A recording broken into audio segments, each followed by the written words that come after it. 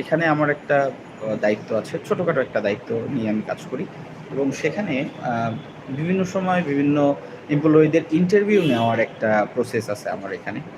তা সেখানে আমি দেখি যারা মনে করেন আপনার অনেক কোয়ালিফিকেশনের দিক থেকে সে টপ নচ, তাকে আসলে সিলেক্ট না করার কোনো বিষয় না।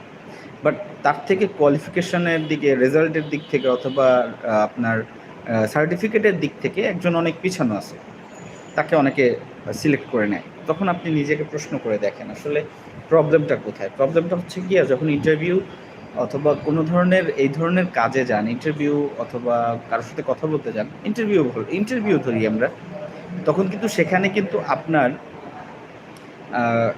এডুকেশন কোয়ালিফিকেশনটাকে প্রাধান্য দেওয়ার পরেও প্রধান প্রাধান্য থাকে হচ্ছে আপনার communication skill.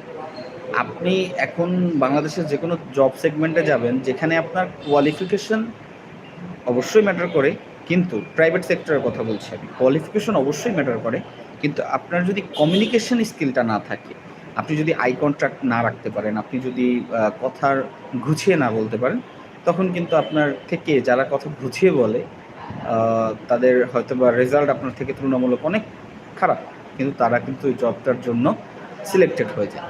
So skill develop